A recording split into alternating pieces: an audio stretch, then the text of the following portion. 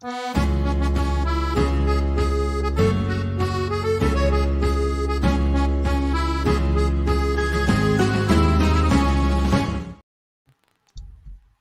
and welcome to the Game Week 17 Net That Haul special. We're back to show you what to expect coming out of the World Cup, and we have a great episode with all three of the ship here from the Net That Haul crew. So I'm, of course, FPL Nima, and I'm joined by my co-hosts, Gabriel at FPL Lens and at FPL Mariner.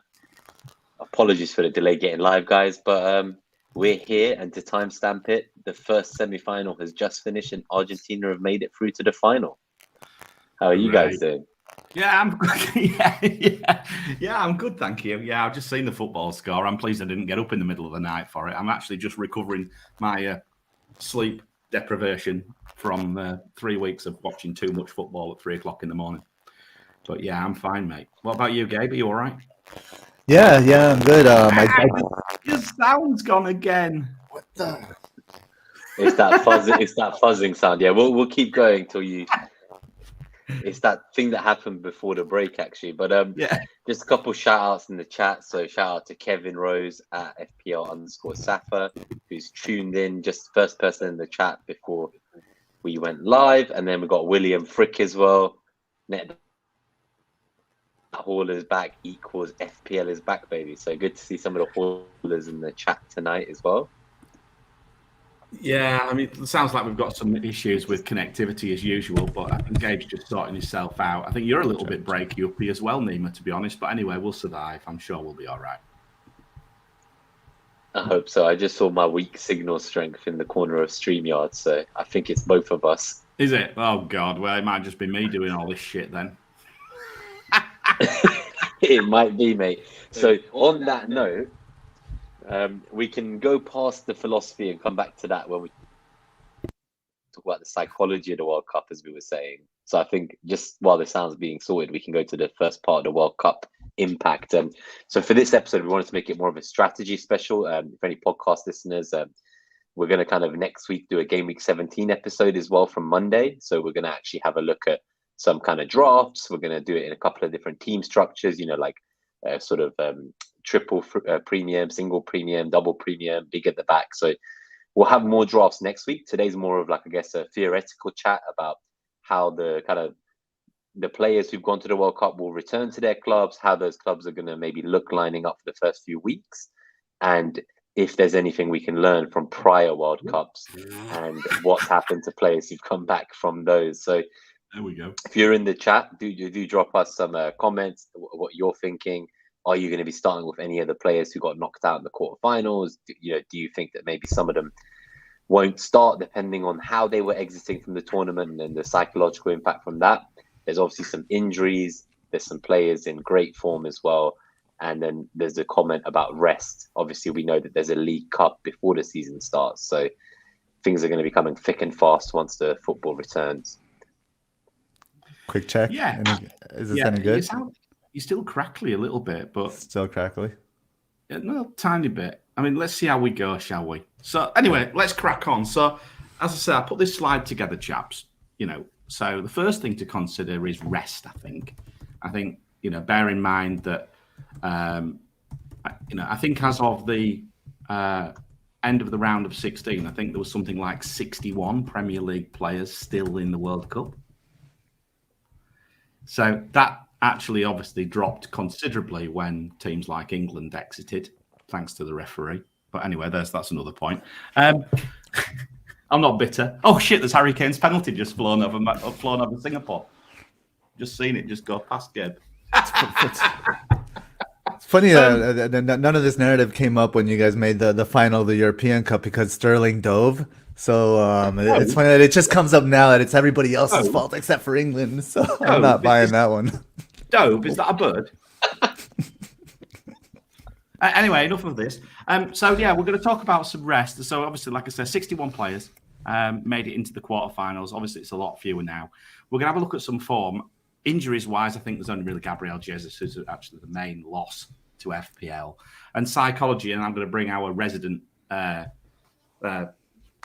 coach in for that, certainly. So let's have a look, first of all, chaps, at the rest side of things. So there's quite a busy slide there, but at the group, quite frankly, I don't think we need to worry about too much, is my immediate thoughts. Group stages, well, we lost Belgium. We obviously lost Germany. That saw to KDB, Trossard, Gundogan. Serbia went out as well, Mitrovic. So they're nothing to worry. I put Estupiñán in there as well, just from the perspective of what it might do, what it might have done if players like that were missing from other defences, so Brighton defences. Round of 16, obviously, we lost Uruguay with some, whether you call it petulant behaviour or funny behaviour, one way or the other. Some people laughed about it, other people raged. But they went out. Obviously, we lost Son, Batman, with his mask. Quite classy mask that was. And Granit Xhaka we lost as well, and Laporte. And then once we get into the quarterfinals there, well, all hell broke loose. Certainly in my predictions, we lost Brazil, obviously. We lost England.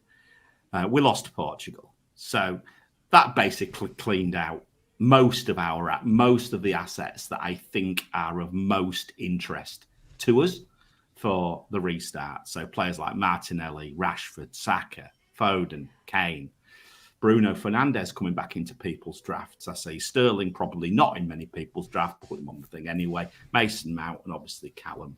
The truth, Wilson, who I actually was quite impressed with what I saw at the World Cup, although he did pick his injury up. Surprise, surprise. Did all the Callum things. Yeah, absolutely. And then obviously now we get to the semi-finals, and this is where it becomes more interesting.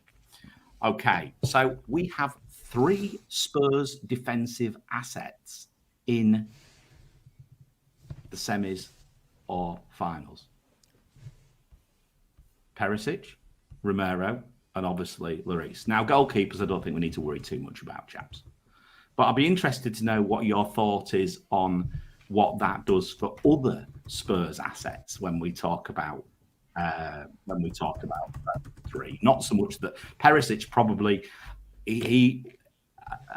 as Rockstar says on his tweets, Perisic needs a rest.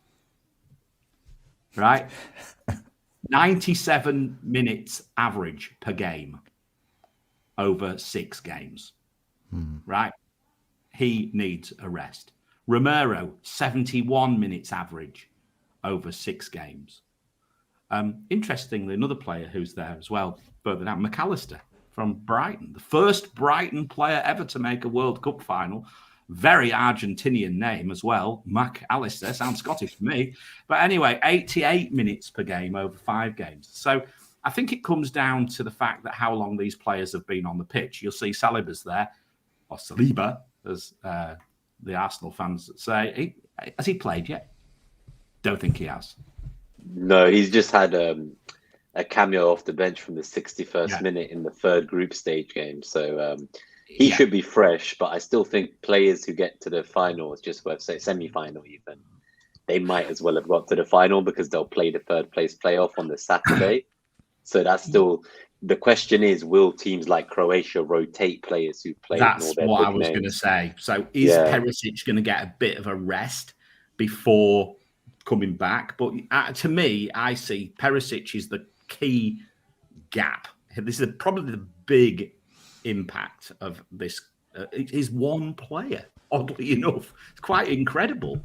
So I think it could have been much worse. I think we got very fortunate. Yes. As soon as England got knocked out, I was obviously upset and I tried to look for some silver linings. And my first thought was bring Saka home injury free, get him ready for Boxing Day against West Ham.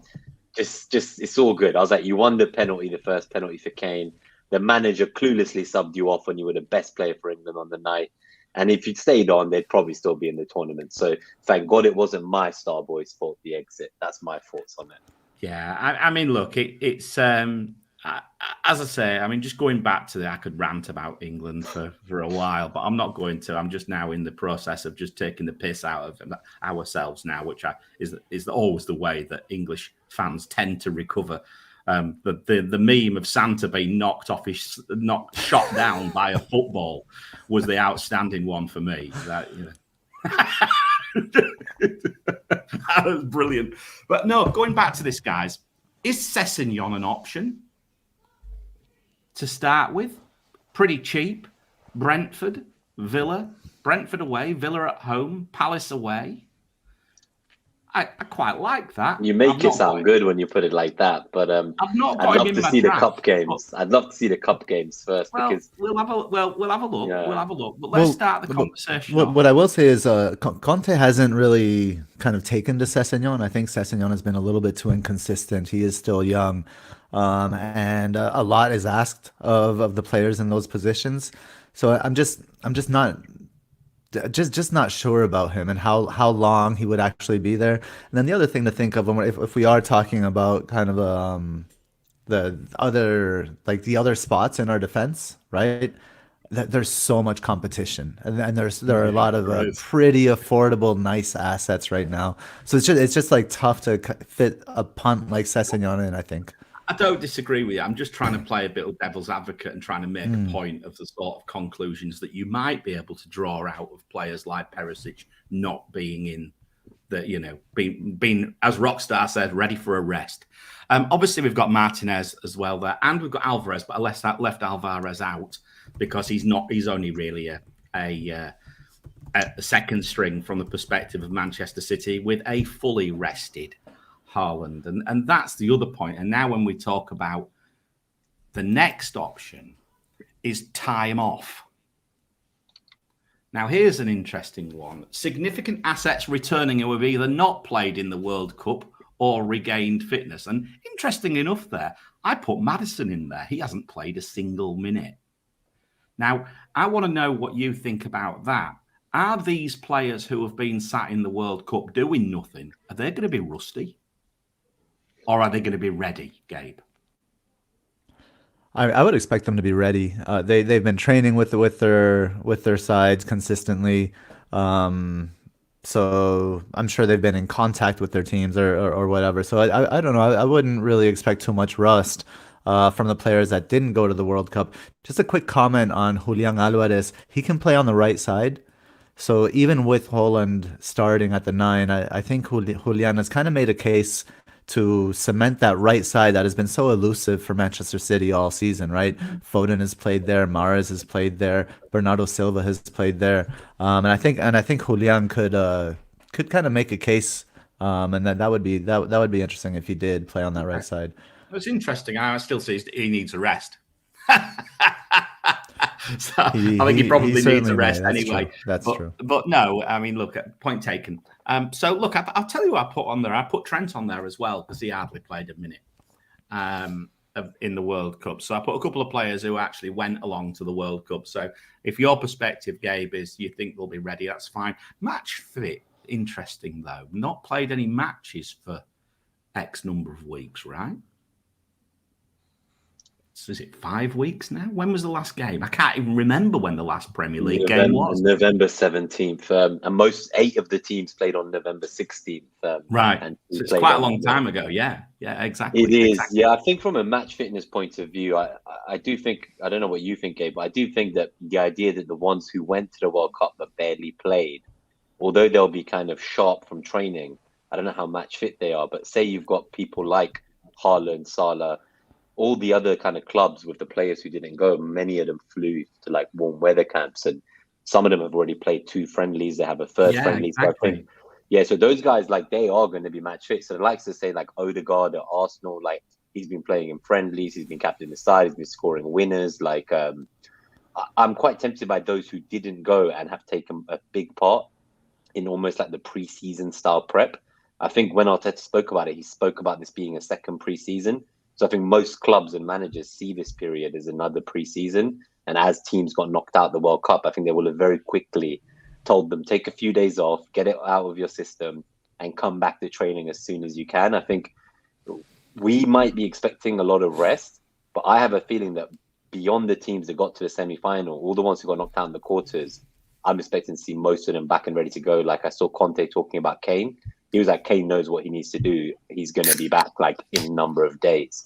So I think everyone who got to the quarterfinals and knocked out, no matter how many minutes they played, they're going to be back and they're going to be match fit. So I'm actually more appealing for me, Mariner. I guess long story short is the ones who went and played a lot of minutes but got knocked out in like the last 16 or quarterfinals. For me, they're the most exciting out of everyone because their match fitness will be beyond those who played friendlies and also beyond those who sat on the bench for their country. So those are the ones who really genuinely excite me. Even though we think it's a bad thing, they've played at the most competitive level, right? Like, and I think there's also a psychological element. Yeah, like imagine Kane coming back, how motivated he's going to be to like just put that penalty behind him, and I think there's a psychological element when you get knocked out of the World Cup, to come back and just be like, but kind of try to ball out, and you are match fit, like Nima was saying. So I agree. Yeah, those are the most enticing. The best. I mean, look, you only have to look at Saka, how he came back from missing that penalty. Great players remain great players. They just have moments which don't go, 50 little moments which don't go right. And yeah, it haunts them for the rest of their careers, but they don't become bad players overnight. And they, more often than not, come back with a point to prove. I think that's where someone like De Bruyne is quite exciting because he had an early exit and he is going to be key to Man City if they have any hope of winning the title and retaining it. So he is going to be raring to go. You know what? I think that's a great point. I mean, look, I'll tell you what I'm going to do. I'm going to move on to the psychology slide because we were coming to that anyway, but I can always jump back. We can just have this general discussion around this anyway. I think it's a good discussion. De Bruyne, to me, you see, could he actually be downbeat about it? Or had he, I mean, I've put him on the potential negative side by the fact that he went out so early. He could be quite downbeat about it, but then again, did he actually give a shit? Or did he actually even expect that they went out? His body language was not good. I noticed his body language really not good. I mean, Gundogan, I'm not so sure about. I put him on that negative side. They weren't in the World Cup long enough to really work out the weather. But Belgium, I was watching quite a lot. I watched the Morocco game actually on the plane. I nearly fell off my chair. When they lost against Morocco, Belgium, and KDB, he looked almost resigned to the fact that Belgium were on the wane. I think he said so, though, right? In his interview, they asked him if he thought they could win the World Cup, and he said, no chance, we're too old.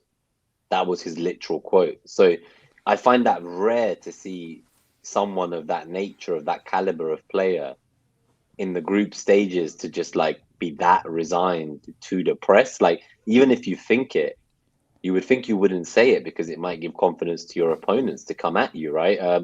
So that is a very good point. But I just feel like there's been a lot of issues in that Belgium dressing room, it sounds like. And there's a lot of rumors, so we won't pay too much credence to them. But some of them go along the lines of how him and the goalkeeper haven't spoken for 8 years, and there's beef between people for sleeping with each other's partners, and how there's all kinds of stuff. So I mean, I suppose that's a good enough reason.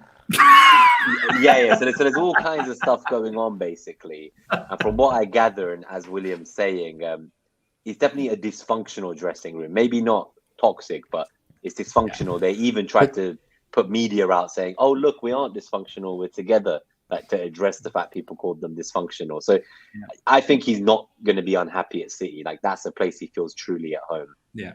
No, fair point. I put Núñez on the negative side, given the fact the reaction to Uruguay, given the fact that they were the VAR getting completely smashed to pieces by Cavani, which was rather petulant, but very, very funny. So entertaining. That was so good.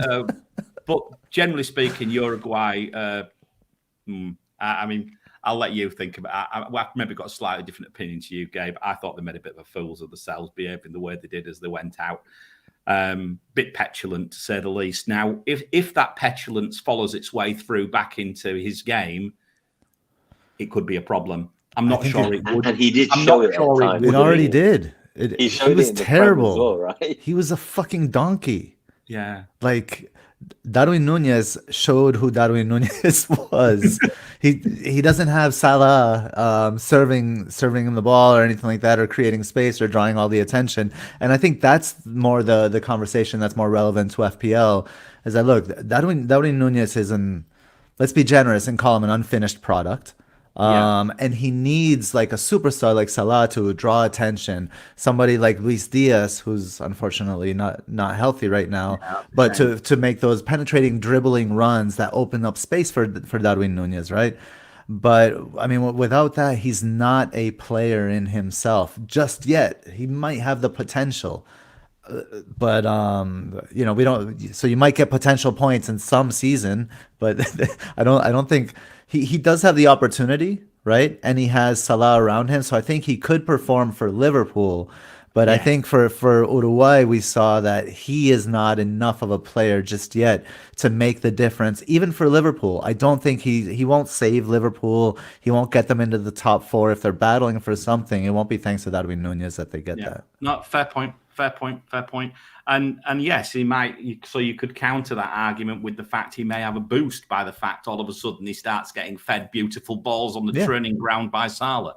Yeah. And then he starts to feel good about himself again. Yeah, I think there's two. I think there's two elements to that debate, because I've seen some teams obviously going with him instead of Salah. There's some teams going for him as well as Salah.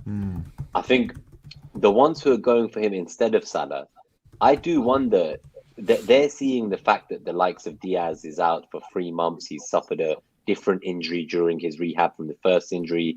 He's gone for a while now. Jota's not going to be back till February. They see that as a sign of he's more nailed on to play, which is great. I see that as a sign of like Liverpool's attack's going to be even blunter. So do I want to save like the 4 million and go for Darwin because it's just a blunt attack and I get the one cheaper attacker? Or do I want to go for Salah as my one attacker because he's the more talismanic one on the penalties? I don't think I want to go with both when all those other attackers are out. That's just something that's dawned on me over the last few days. Yeah. So do you want to go with the Ballon d'Or nominee that was rested? That's the talisman of the team. Whole World Cup. Or do you want to go with the donkey that did shit for Uruguay in the World Cup and is coming back after getting embarrassed? Hey, I've got the reason I brought that up, Mariner, is in the first episode before game week 1, the Roast My Team special, the RMT special, I can see one of the haulers at the time, FPL Craig. He wrote a comment. This was 4 months ago, and it's a direct quote of Gabriel, and it says, "Alvarez is better than Darwin Nunez. Love it, Gabe." So it kind of feels like you've been on his case from the beginning, from day dot, and we can see that Alvarez was so good at the World Cup, in fact, that he forced his way into that team because he made the team look more functional, more balanced, and far better to do all the hard work that Messi's legs perhaps can't do at that age. And you can see very quickly Lautaro Martinez did not have a great tournament so far, and he got dropped for this young kid who's not necessarily even the number one player at City in his position. So this is crazy time. So I think Alvarez is, when you mentioned about him playing as well as Haaland, Pepper said that before as well. I don't think I'd go for him at the beginning considering how far he's gone in the tournament, but I might be in a situation where I just go for Haaland and Cancelo to start with and keep that third City spot open, waiting in the lead up to the doubles to see, does Alvarez come back in? Does he start? Mitrovic to Alvarez once Mitrovic gets that 5th yellow card is... Why book yourself a transfer? Anyway, enough said. But let's go back in. Let's go back into this one. I'm going to bring you in here, Nima. Now, Tommy Yasu actually said that he actually was quoted as saying he was distraught about what had happened to Japan.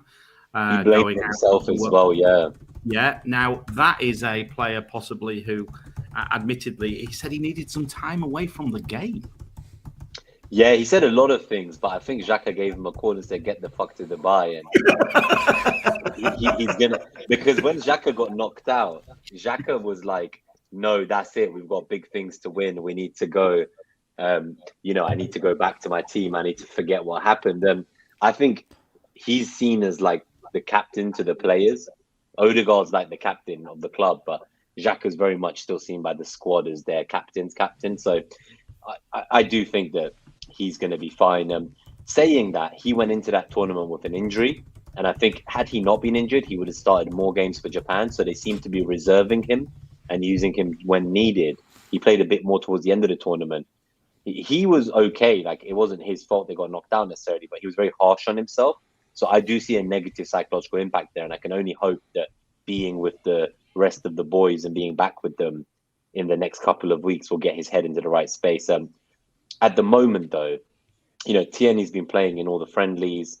He could play left back. Zinchenko hasn't been on the bench in the friendlies, but he's playing with the squad. He's training with them in Dubai. He says he's going to be probably ready by Boxing Day. So I think the left backs are ready. Ben White, who obviously went home early, he played in the match and started today for Arsenal and got subbed at half-time. Him and Partey both started and they both got subbed at half-time. So I think a lot of them are coming back much quicker than we expected, perhaps. And I think, for me, Arsenal, the main player that's going to be missing in the first week, apart from obviously Jesus, who's injured, is I think potentially maybe Saka doesn't start at right wing. But there's still time for Saka to come back too. So I think we keep an eye out on who plays against Juventus on Saturday for Arsenal. I'm looking to have 3 Arsenal players in my squad. I think that they're very cheap assets for a team that's challenging for a title at the moment. And on the pace they're on, I don't see like the break having impacted Arsenal as badly as people might think. I think Jesus out is terrible, but I still think there's some great value assets in that Arsenal squad. And Jesus injury and Tomiyasu being a bit depressed isn't going to put me off having 3 of them. Let's put it that way. Yeah, fair enough.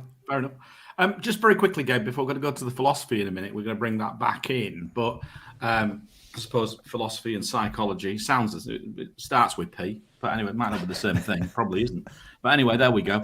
Starts with P, and neither one of them has a P sound. Exactly. So. Saka and Rashford I put on the positive side.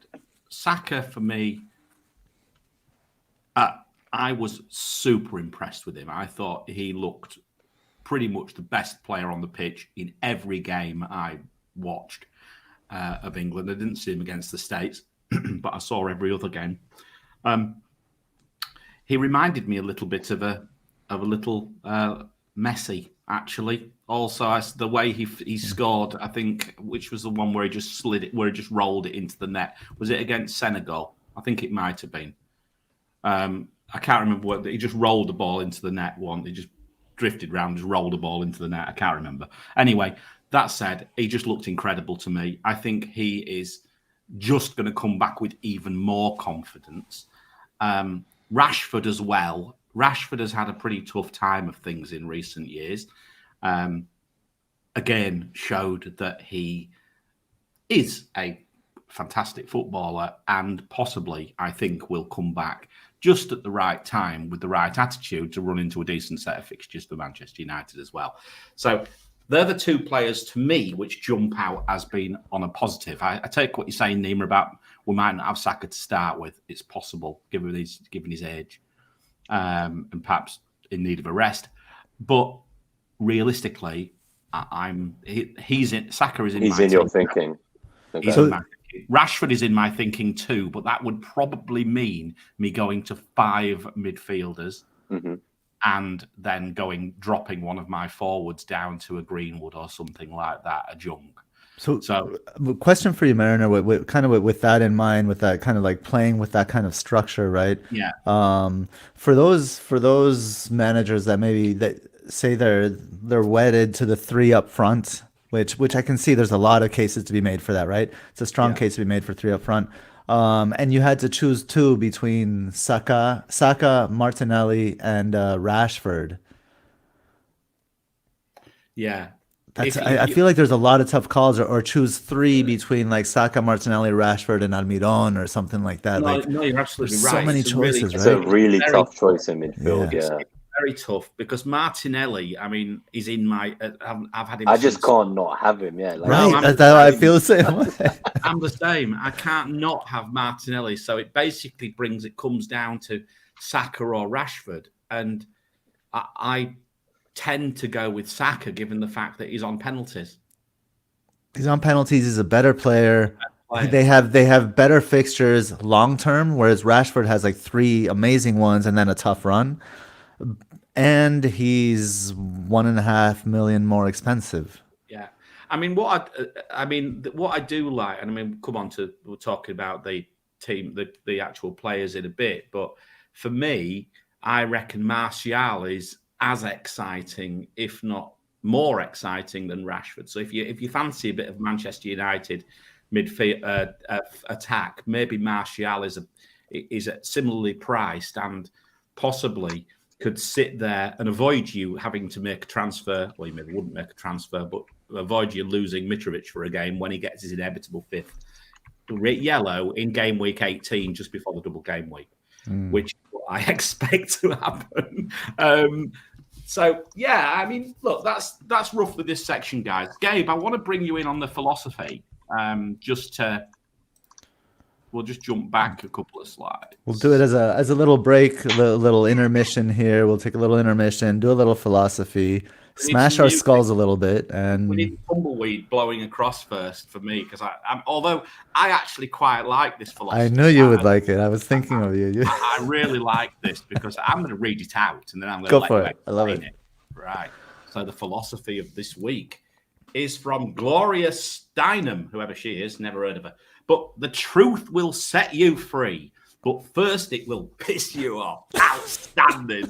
That's right up my street. That is Mariner's philosophy of the year. That's your, That's so my favorite one. I might even put that on my Twitter bio. I think you should, Mariner, for no reason other than the fact that Gloria Steinem was a prominent feminist, and I know how much of a feminist you are, Mariner. So I think you can adopt this saying and put it in your bio. Hey, what? No, I'm not. Well, I'm a feminist, so I stand with Gloria here. Tell me about this then. Tell me why. Give me the reasons for this. Why have you picked it? Not just to cheer me up, but come on. Not just to cheer you up, but I definitely had you in mind when selecting this quote. And here's the reason is that I don't know what my rank is in FPL. I don't know what happened the past 2 game weeks. I don't know what happened to my team. I haven't looked at any results of anything, right, in terms of FPL points and stuff like that. And I keep telling myself, look, I have to go back. I have to see what my rank is. I have to see what I've done right. I have to evaluate my decisions and stuff like that. That truth will set me free. But the reason I haven't done it is because I know the news is not good. and there's truth is a process, right? So I have to work through my anger of all the mistakes that I've made and all the bonehead decisions I've fucking made, and how I've dropped in the ranks. And once I get past being pissed off, then I can finally be set free with a new perspective for the restart. Yeah, no, I think. Yeah, I mean, I haven't looked at my rank, and yes, it will piss me off. But look, I look at it from a perspective of this. I've had a pretty good break from FPL. I feel quite refreshed. I have to say, about a week ago, if you'd have asked me, are you bothered about restarting FPL? The answer has been no, not all. Wasn't remotely interested. But the moment England went out, then I started, at the end of the day, we've still got the Premier League and this, that, and the other to look at. So, yeah. All right. But no, honestly, I mean, I am going to play slightly differently in this second half or the second section of the season. I do crave a normal FPL season. That's one thing I crave. And I think we're all in the same boat on that sort of thing. But I'm gonna try and remotivate myself. I'm a lot better than I was a few weeks ago. Let's put it that way. But yes, first of all, it's going to piss me off. So I've got to get past that being pissed off. But at least I'm coming back from the UK to freeze me bollocks off for a couple of weeks. So that's going to cheer me up. That's right. Nima, what's your perspective on this before we jump into the players themselves? Yeah, no, I think it's definitely something I felt this season. I'm just not yet willing to accept that truth, which is that I'm just shit at FPL now. That's just how it is. But I feel like unless I accept it and deal with the pain of accepting it, I'm never gonna learn what went wrong this year compared to the last 3 years, because I don't remember a season this bad. Like for me at this point of the season, like 16 weeks in or whatever, 14 weeks in, like at all. Like this is like when I didn't know about overall rank and used to play in a work mini league and took a hit every week and captained a different player every week. Like I'm playing on those levels. The only thing missing is the 7-digit rank to go along with it, which I've flirted with my kind of like red and green arrows getting me very close to that 7 digits. But I think I can come back. Someone at work said to me, Chris, you're supposed to be an expert at FPL and I'm beating you. I know what you told him. You said, don't overthink it. I just went, I just went, yeah, I'm shit. And walked off. Yeah, I think I've just got to accept it. But this break has been. I think I really needed this break. I needed to switch off. Like for the whiles when there was like 4 matches a day, starting at 10 a.m., ending at 7 p.m. every day in England for the World Cup. I was just watching so many World Cup games. I was just like learning to enjoy football for the sake of it again, and it reminded me why I kind of fell in love with football in the first place, because it was actually the '98 World Cup. I was 8 years old at the time, and I remember watching that, and Michael Owen scored as a teenager against Argentina. That was a great moment. It made me fall in love with him and the England team. I remember Iran beating the USA that time bout. Obviously, not seen you since then, Gabe, but looks like you guys have come a long way in these 24 years. So you're a much better football team than you were in 1998. You mean the USA? Yeah. I don't identify with the USA. You don't identify with that? No. I actually... You should have seen that from Twitter for the last few weeks. He's South American. I know he is. Yeah. Well, I've basically not been on Twitter. So that break, as I say, was much needed. So both not being on Twitter and not being on FPL, I think it's given me time to recharge. Yeah, I triaged some of the people that I was following. Or maybe they triaged me. So in other words, you had a wipeout, or they had a wipeout. Or they had a wipeout. It was a mutual agreement. Let's just put it that way. I had one of those with FPL, mate, a while ago. Anyway, there we go. Right, enough then.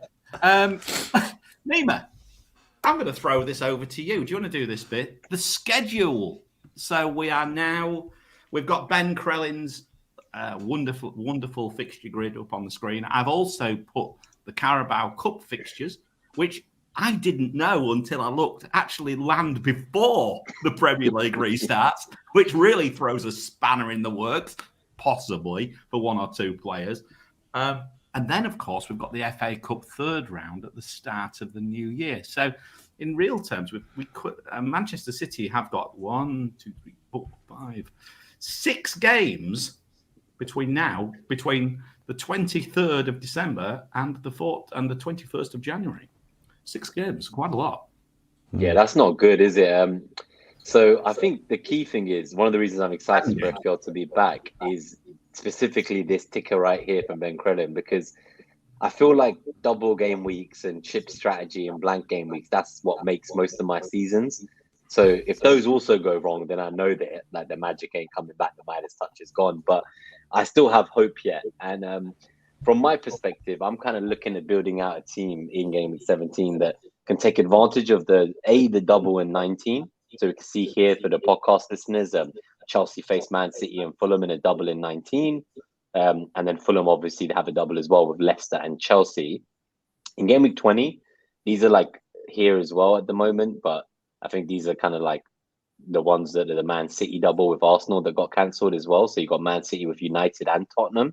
And then you've got Arsenal, and then you've got, where have I? Oh, no, so I think I've lost Man United and Tottenham for City, and then Tottenham against Arsenal and Man City. So it's just that's the Spurs double. And then City have another double in 23, and that's the Arsenal one. Apologies. So that's Aston Villa and Arsenal for Man City, and Arsenal have Brentford and Man City. So you can see obviously the Game Week 23 and Game Week 19 ones. So the ones for Chelsea and Fulham in 19, and for Arsenal and City in 23, they're pretty much set in stone, those ones. But the one in Game Week 20 is a bit more cagey, and there could be also other games that fall into a double between 20 and 22. So I think the third round is obviously, as you put here, like the 7th of Jan. But I believe the fourth round is here between game week 21 and 22. So between January 21st and Feb 4th. Yes, it will be. That's the gap. Yeah. Yeah, so in there, depending on which teams make it through there as well, there's going to be some implications in the future, especially for like the quarterfinals and the blanks to come after game week 25. But from a third round perspective on the 7th of Jan, so that is between game week 19 and 20. If Premier League teams tie in that, they're going to have to play a replay potentially. So if you've got, you're playing your Premier League game on January 2nd, then you go to like January 7th, let's say it's Man City against Chelsea in the FA Cup round 3. If that ends a draw, Man City and Chelsea will then have to play like a replay 10 days later in the midweek between 20 and 21. So there could be a big double game week 20, but we won't know before the game week 19 deadline. So the game week 19 deadline will pass. They'll play game week 19. Then depending on if there's draws in the third round of the FA Cup, we will know going into game week 20, will they have a double or not? So for me, the play there is I don't want to use chips for that. I want to have 2 free transfers going into 20 to kind of quickly react to whatever happens in the FA Cup third round. So that's my first thought. Then I think the other thought is, do you captain a Man City, triple captain a Man City player? So when Man City play, for example, Aston Villa and Arsenal, or potentially United and Tottenham if they don't draw in the FA Cup third round, do you captain someone like a Haaland who's just had the 6 weeks rest before Man City have the Champions League kicking back off? Or do you wait? Is there another better opportunity in the future? So I think that could be a moment where we see some triple captains get activated. These 2 City doubles might pull people out of the woodwork. Yeah. So with that in mind, as I said, I think you kind of like, obviously Arsenal have a double, it's a bit later, but long term their fixtures are pretty decent. I would want to have the 3 Arsenal players. I think City, again, like they could have 3 doubles here. So I need 3 City players, but I don't know which 3 I want. So I don't know if I'm going to start with 3. I think I might start with 2 in 17. And as part of like those 2 free transfers that I'm looking to roll, make a plan to get there with the one. Is it Foden? Is it De Bruyne? Is it Alvarez? Who is it? But I think I'm definitely going to be having at least 2 of them. Fulham's an interesting one because it seems mad to not start with Mitrovic to then just transfer him in for the double in game week 19 against Leicester and Chelsea. But as a lot of people in the live chat have said, he obviously has 4 yellow cards. So it's like, it would be just typical FPL, wouldn't it? That we start with him in game week 17 and he gets the first, he gets that yellow either against Southampton and misses Leicester or against Leicester and misses the second double in Chelsea. So that could very much happen. Their fixtures aren't really great, I would say, for Fulham, apart from the fact they have a double. Like outside of the double, they go into Newcastle, Tottenham, Chelsea. That's not a great 3 fixtures after the double. So I think whatever I do, I'll be looking to move on quite quick. And Mitrovic would just be a short-term plan for me, despite being a talisman and on penalties and all that. I think there's lots of forwards I'm excited by, and I don't necessarily want him for that. United is like the opposite, as you say as well. They've got 3 great fixtures, right? Forest, Wolves, Bournemouth. Then it gets a little bit tough, and there's no double in there at the moment. So I think realistically, I'm looking to have at least maybe like 4 or 5 doublers in game week 19. And then going into 23, I'd be looking to have at least 6 doublers, I think. So 3 Arsenal, 3 City. And it's 20 is the one that's a question mark at the moment. So I guess to finalize that, like, I still think that like the likes of Arsenal and City are key. I think Fulham is good. I think we've not talked about Tottenham yet, but they have that double and they have decent fixtures. So Kane is definitely in that conversation there. Kulusevski's back. He's in the conversation if you can't afford Kane. So there's some great options from these teams that are all kind of fighting for the top. But Fulham just kind of sneaks in with the double. But I'm not sure they really merit being there. I almost question, does Andreas serve a better function than Mitrovic in some ways? There is that point, and I mean, maybe that's your option. But I mean, look, where I am with this is that, you could just see the law of sod is that I would start with Mitrovic and then he gets booked. And that's why I'm tempted to possibly start without him, actually, and go with someone like Martial for those 2 really, really tasty fixtures or 2. And then worst comes to worst, if Mitrovic has picked his yellow up or, I just feel like I think Martial can outscore Mitrovic against Bournemouth, I might just hold him. And go with Andrea. That's not a bad chance. So that's the thing. There are a lot of forwards that are interesting. And obviously a lot of people have Haaland. There's the opportunity to have Kane in a double up. There is Darwin Núñez, who we spoke about earlier. There's Martial. There's Mitrovic himself. there is, we talked about Saka and we talked about Martinelli, but there's a world in which I could see myself in a debate between the likes of, say, Saka and Martial, for example, versus Rashford and Nketiah. So, 6.5 million, 0.2% owned Arsenal striker on 100K a week with the number 14 shirt. Jesus is out. Like, I think he's going to be playing. Like, he's going to play every game. So there is an opportunity there as well to go for that striker for 6.5 million from a team fighting for a title. So there's a lot of opportunities here. Yeah. I think the other thing is Liverpool. Obviously, they have Villa, Leicester, Brentford in the first three coming out of the blocks up until the New Year's matches. I think like a rested Salah who didn't go to the World Cup, for me, he's a shoe-in. But I think if you weren't going to go for him, you have to have like Darwin then at least. Like I can't see myself not having a Liverpool attacker for those games. I think they're going to want to kind of fix up the season, and maybe this break has done them some good. In terms of other teams, like Chelsea is being discussed in the chat. Obviously, they have the double in 19 as well against City and Fulham. They have Bournemouth, Forest, and Crystal Palace side. Those are okay. So I guess the questions are like, is there any Chelsea assets that excite you guys? I think we've got here, I'm just trying to pull up the question. I think it was Never Give Up FPL. They were saying, is anyone starting with Chelsea players? I'm going to skip them. William Frick was considering a Chelsea asset. So I think in that regard, I know you had like James as an option in one of your drafts, Marina. I know he's back in training and stuff. Yeah. So I think he's like down to 5.8 million. That's really appealing, actually. If he is set to start, it's a complete no-brainer. They've got Bournemouth and Forest, and then a double game week, and then Palace. If you're not contemplating one, and even Kepa, if you can get to him, as a double up for Chelsea defence for those two, I'd be in fact, even Palace at home.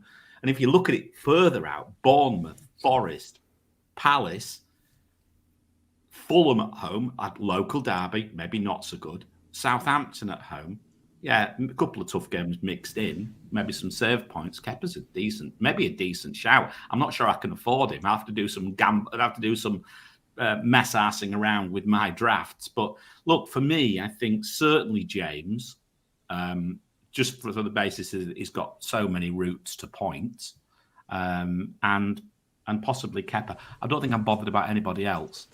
The attack doesn't excite me too much just because it's hard for me to know. Like, it's felt a bit dysfunctional in terms of chance creation. Yeah, me neither. Like, and in fact, and I know when we talk about Gabe's NetxG, I don't think they likes Chelsea at all, which is actually quite interesting, what I looked at anyway. So, yeah, that's where we are with that. I just want to bring one very quick point up here about this schedule, and I highlighted it in the fixtures. The Carabao Cup look. I expect that there'll be no rotation in the Carabao Cup. They're too far into the tournament, right? But look at that fixture: Manchester City against Liverpool. That'll be guns blazing right at the start. And then look at the FA Cup match: Manchester City Chelsea. There'll be no rotation there either, or very little. I don't see an awful lot of rotation there. So therefore, you then look at Manchester United, Everton. Teams are going to want to progress in the FA Cup. Liverpool, Wolves. Maybe some rotation there, perhaps by Liverpool. But apart from that, there's quite a lot of all Premier League games. Crystal Palace, Southampton as well.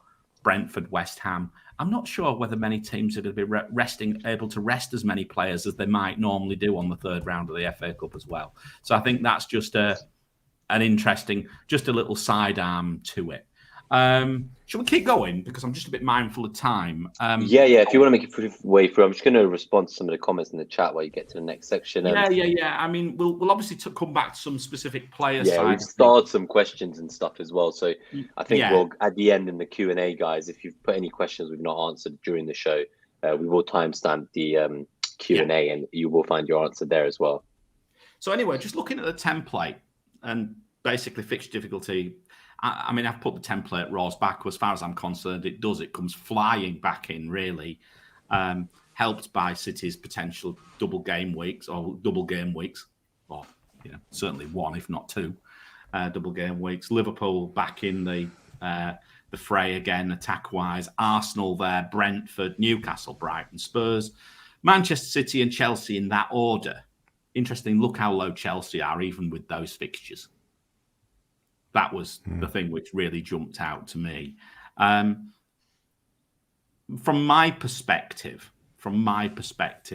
City, Liverpool, Arsenal, Newcastle, I'm very interested in. Brighton and Spurs, quite interested in. Manchester United, they're lower than I expected them to be on the fixture ticker, but given that our fixture ticker out to 23. That includes the double. But that's probably a hangover from the start of the season. So that's possibly going to be something that washes out over time. So I think Manchester United are perhaps in a slightly false position there. So from my side of things, I'm going to shortlist City, Liverpool, Arsenal, Newcastle, Brighton, Manchester United, I think, and possibly Spurs if I wanted Kulusevski or Kane. That's basically where I will be picking my attacking players from, or shall I say the key attacking players. I may end up with someone like Andreas or even Somerville, as I've mentioned, Nima. I think he's quite exciting. That's 4.4 million. Yeah, exactly. But I think realistically, that's where my attackers are going to come from. I think the Brentford question, I know like the FDR, there's 8.5 for attack between 18 to 23, which is pretty good. I think the real question there is like what's happening with Ivan Toney and the charges with the gambling. Yeah. I mean, we don't know yet, do we? And that's one reason why I've left him out. I mean, to be honest, Toney was in fantastic form at the end before he went up. Every time I sell him, he's in form. Every time I buy him, he's crap. So, no doubt if I don't start with him and he plays and he's not down the bookies, then, well, did I just say that? But anyway, I think just as well, Newcastle as well, by the way. I think, again, Wilson is a great option. So just in terms of, obviously, when I put Nketiah out there, I think that is a pretty highbrow punt to take, like with the number of options available. I agree. And that's why I would be surprised if I do not start with 2 or even 3 Newcastle. I'll be very surprised if I don't start with 2. Just on Chelsea, though, like I know they have been a bit dysfunctional. The FDR long term isn't great for attackers, 3.6, but something has to click, and I think the break will have done them well. If I had to pick one, I guess who would it be for you guys? Because I think we talked mainly about like Kepa and James, but it seems like Mason Mount. I started the season with him; it didn't go so well, but I feel like it kind of depends where he plays, and I do wonder if he's more appealing as like a attacking 10 as opposed to like on the wing in the front 3. So I think depending on how, Potter's obviously a bit of a tinkerer, as we've seen, and depending on how he lines up and if he finds his best team, I think that's part of Chelsea's problem is they haven't quite found their best team or structure yet. And I wonder if this break will mean Potter has had time to figure that out, and maybe we're going to see a more stable Chelsea lineup going forwards potentially. And if we did, depending on where Mount plays in that, I'd be quite interested in him. He's still an option, I think, for me. And even if it was just for that double, and I want like a punt to have an attacker that is going to be a differential potentially at the time, then he's kind of in my thoughts. But it's a tough one at the moment. Don't talk to me about Mason Mount and double game weeks.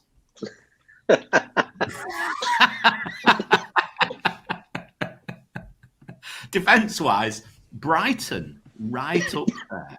And interestingly enough, then it's Arsenal, then it's Spurs, then it's City, and then it's Newcastle. So City, you know what?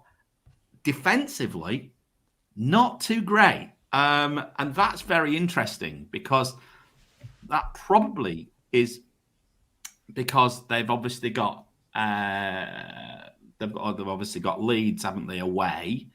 Who else have they got? Can't see the. They've got the mighty Arsenal, innit? Arsenal as well. Okay, so I'm not quite sure. Have you got the fixtures there? Because for some reason my screen's gone. I've lost part of my screen. So they've got Leeds away, Everton home, Chelsea away, United away. So 3 away games in the first 4. Then it's Tottenham home, Wolves home, Tottenham away, Villa home, Arsenal away. Leeds and Everton are okay, but that period of kind of Chelsea, United, Tottenham, 3 in a row, Wolves, and then Tottenham, Villa, Arsenal. There's some cagey games there. I think I've seen some debates about people saying they're looking at like an alternative City defender to Cancelo, but I find it really tough because obviously I'd say that Rodri was one of like the best Man City players at the World Cup, despite Spain's early exit. Like he broke like the record for most successful passes in a match in the World Cup, over 200. playing at centre back, and I think he's great. You've got obviously Laporte is going to actually be there as a centre back. You've got Diaz, you've got Akanji's done well as well. There's a lot of options there, and Cancelo just feels like the one who we used to think of him as the guy we get for the attacking returns, but actually he's maybe the X minutes guy now at City in the City defensive line. So it's like, is that extra money worth paying for the more secure minutes? Then the other question of psychology comes into it, which is he was dropped for the last 2 games by Portugal in the World Cup for Diego Dallo. So him and Cristiano both got dropped. So does that impact him? Does Cancelo care? Like, does it play into his head? So there's that kind of stuff as well that I'm thinking about, which is what is the impact to Cancelo? I think it's good that on the 23rd in the Cup game, they're obviously going to play against Liverpool. So it'll be interesting to see the City and Liverpool lineups 2 days before Christmas, and just get an idea of like, it will almost be like when we saw the Community Shield.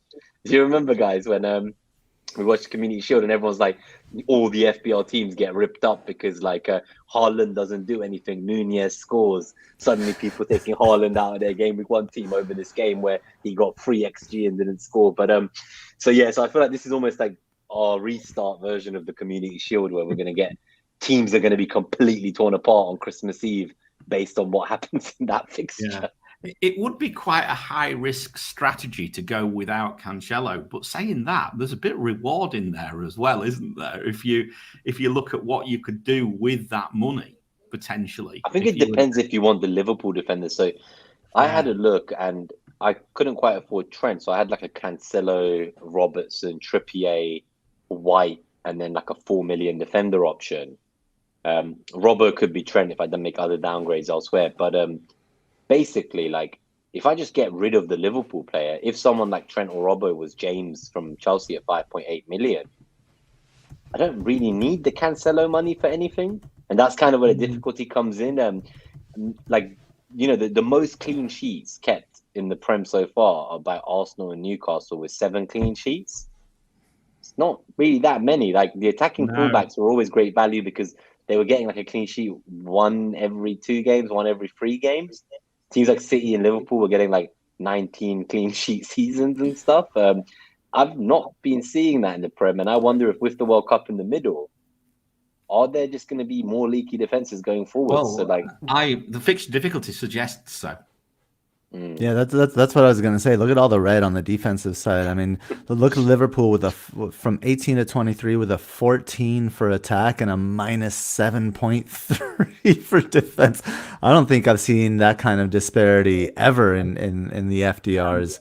And then to that, I would also add just like the disjointedness of a World Cup mid-season, players coming back, lack of organization, some players fatigued, some players rusty, like all of that like mishmash. I think it just leads to mistakes. Then that kind of like makes you wonder, right?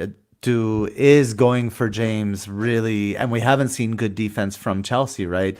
Despite the good fixtures, Bournemouth has been getting better. Is the extra investment in James, or I think Cancelo is different because Cancelo, like he always has the attacking threat. It is there. We've seen it maybe twice this season. But he is nailed. If you wanted to go down and stay nailed, somebody in the chat, Victor Karazov here says Ederson is another is one where you just get the nailed defensive defense for City. But is there a case to be made for us to kind of disengage from defense and invest our funds in attack? The data seems to suggest so. Yeah, no, I don't disagree with you actually. I think it's certainly something in my thoughts at the moment. I'm cycling to defenders with attacking threat, so Trippier, James, players like that. That's where I would be because I want those. I still see some clean sheets. I don't see many, but I would like to get those elusive double returns if I can get them. And I think that's what would be very, very nice. So yeah, I mean, Ederson is a thought. He's obviously a lot cheaper than Cancelo, so that's one way. I think I'd go for him over the centre backs. That's for sure.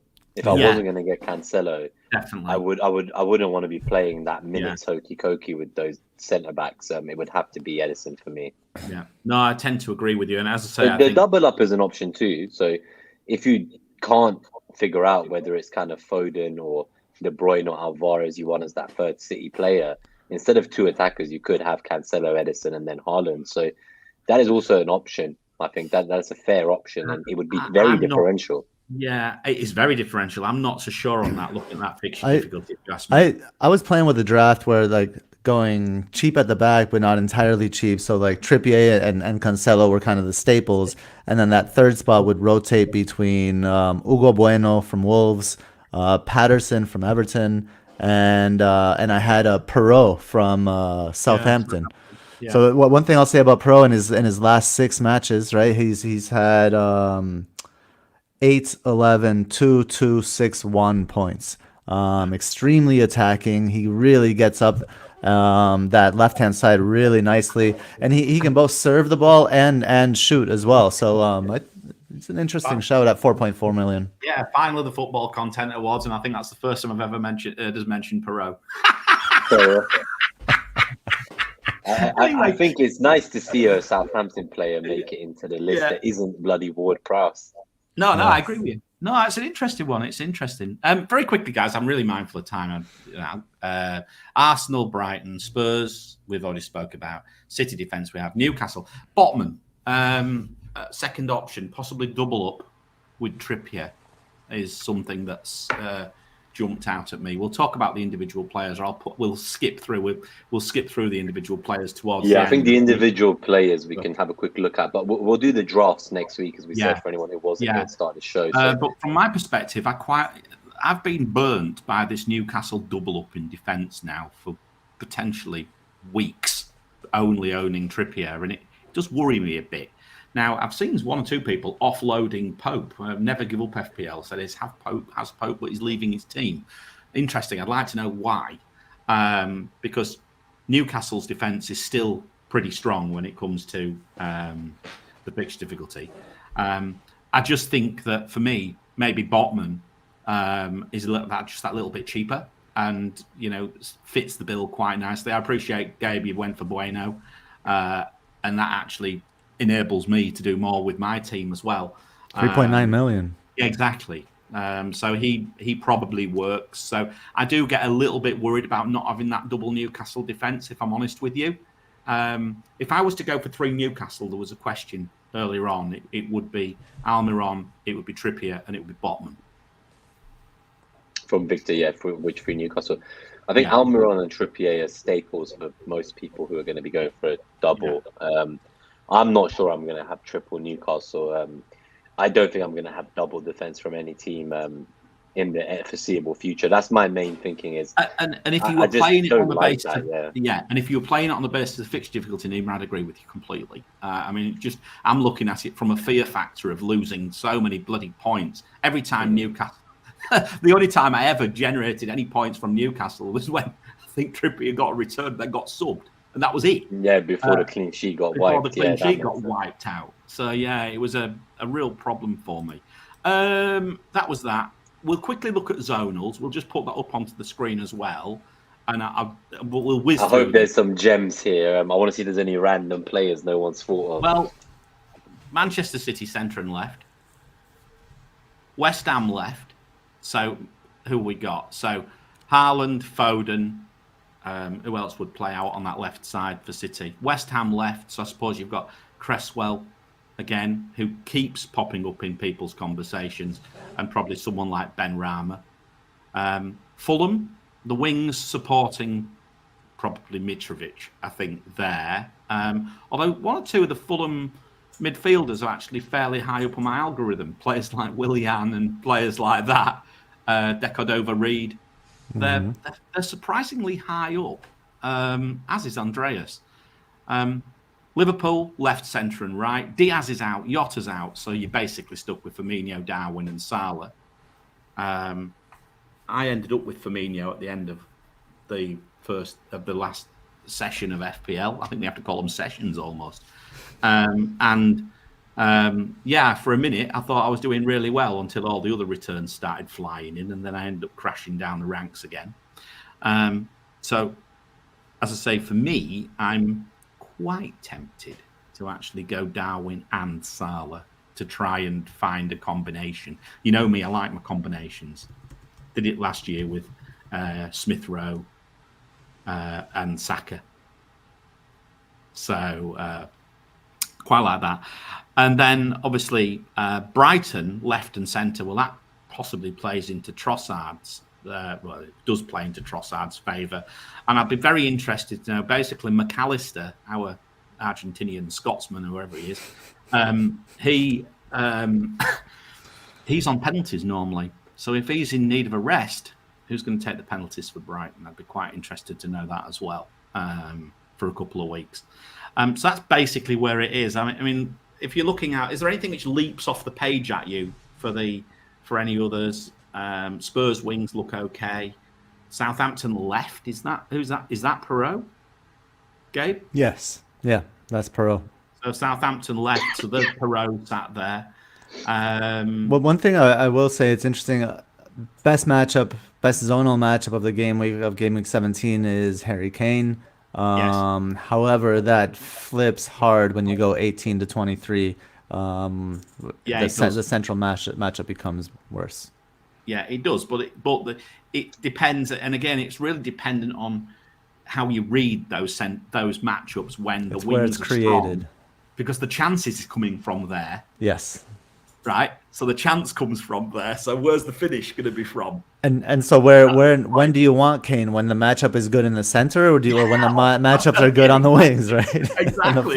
It's difficult to work it out. It's something we've got to think about, really. Well, when the chance creation is in the center, I think what that implies is Kane is passing the ball from the halfway line to someone to run into the box. Yeah, that's my take here. But that might I'd be tempted with someone like Kane, and I think I'm not quite sure what I've got him down as at the moment. But some of these players and I look at SofaScore and see where their heat maps are. Some of the players are actually just average because they're just all over the pitch, so you don't actually know where they're going to be. So you just average the whole thing. It's probably sometimes easier to do it that way. But yeah, there we go. So Leeds centre as well, not quite good. Arsenal centre and right, so that plays into Saka and Odegaard possibly, and that's really where we are. So I think what we'll do is we'll speak more about this next week when we actually we'll look at specifically game week 17. Yeah, exactly. I mean, Spurs right where Kulusevski sits. This data is only 6-week data. So I think you might find that will improve. Well, I know you'll find that'll improve with Kulusevski. I'm quite sure. Yeah. Down that right-hand side. That's that then. Gabe, NetxG. That's the NetxG for the next few weeks. Arsenal, top. Then City. Then Fulham. Fulham.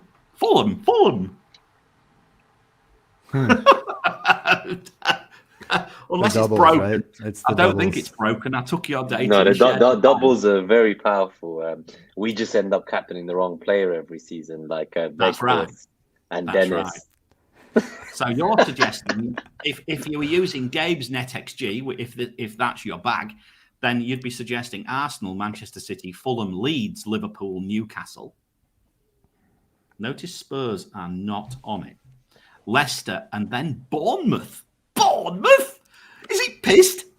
Solanke and Billing ready to do the double. To be honest with you, Solanke has fleeted in and out of my thoughts as that third forward to try and shoehorn that fifth midfielder in. So instead of a dead third forward, I see. So he'd be like your Andreas. So that gives you just that little bit of hope there, particularly game week 20 onwards.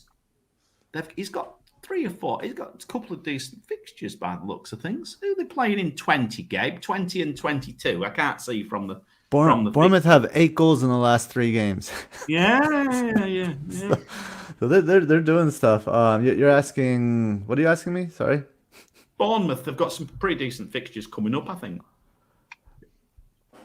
Bournemouth have Chelsea away, Palace at home, United away, Brentford away, Forest home. So not great, kind of peppered there, but mostly just not great. I mean, I don't like Chelsea away despite Chelsea's struggles. I don't like. Maybe NetxG's drunk then. Maybe it's had too much mulled wine. I think it's the game week 20 onwards fixtures, though, isn't it? So 20 onward. 20 yeah, and it's like 20. Brentford, Forest, Brentford away is Brighton, good. Forest, Newcastle. Brighton, yeah. Interesting. Newcastle's probably the worst one there, and it's at home. Brighton away. I think they are better. I think they're considerably better at home than they are away, aren't they? I think as well. Yeah. They had the most clean sheets at home at some point this season of any team. So they were doing all right there. The interim manager's now the permanent manager too. I'll tell you what is interesting about this NetxG. Look at that line of red when it comes to Chelsea. Yeah, Chelsea suck, according to including their doubles terrible as well. Anyway, we'll come back to NetxG for the matchup show next week. Worst matchup in game week 20 for Chelsea, according to NetxG. Yeah, and look at their double. Actually, it's not particularly that good for NetxG, right? No. And in fact, look at Manchester City's double against Arsenal. It's not good at all for NetxG. It's definitely food for thought, isn't it? I think I'd still rather a bad fixture difficulty Man City double game week than bloody Fulham and Burnley and Watford and whatever other crap I've invested in him. I mean, Wank Wowtos turned into bloody world beater in the World Cup. I nearly smashed the telly. That was incredible. It was. I said to Julene, that bloke was bloody useless for my FPL. Anyway, there we go. 4 yellow cards, boys. Mitrovic, we've already mentioned. Saliba.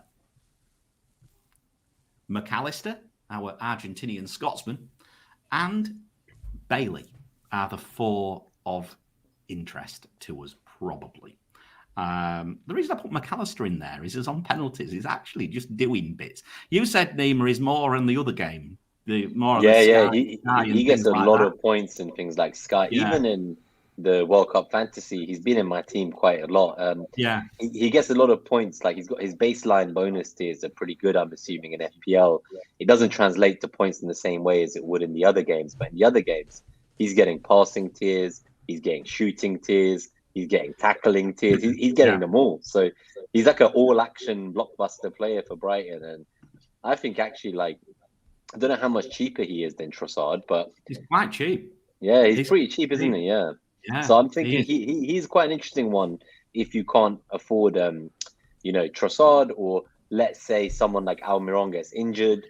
He could be an exit point. So I think he's a one to watch. He's not a bad fifth. Sort of like 4.5. He's like a Dallas. Yeah, a bit like but that. With penalties. I mean, are you going to choose McAllister over Andreas? No, certainly not, right? No, probably not. We're saying if perhaps there's one of these players falls off a cliff, gets injured or something like that, it might be. He'd be like one of the first in my thinking. So he's like in my watch list. So the way I try to do my moves recent years is I don't actually look at the players I want to buy. I look at the players I want to sell. So then I build the players in the watch list off the back of which players are at the price point of the players I'm thinking to sell in the coming weeks. And obviously every once in a while there'll be a curveball like a suspension or an injury. And I then have to look at players that I wasn't looking at as an option to buy.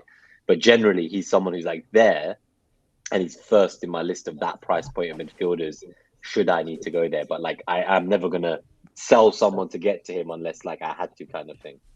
Right. So one question comparing McAllister versus let's say, Nick here in the chat is saying Eza is an option at that price, but I would also say Xhaka at 5.1.3 million cheaper. 100%. We'll come to midfield in a few minutes. Goalkeepers. I'm going to play a bit of a game with you here.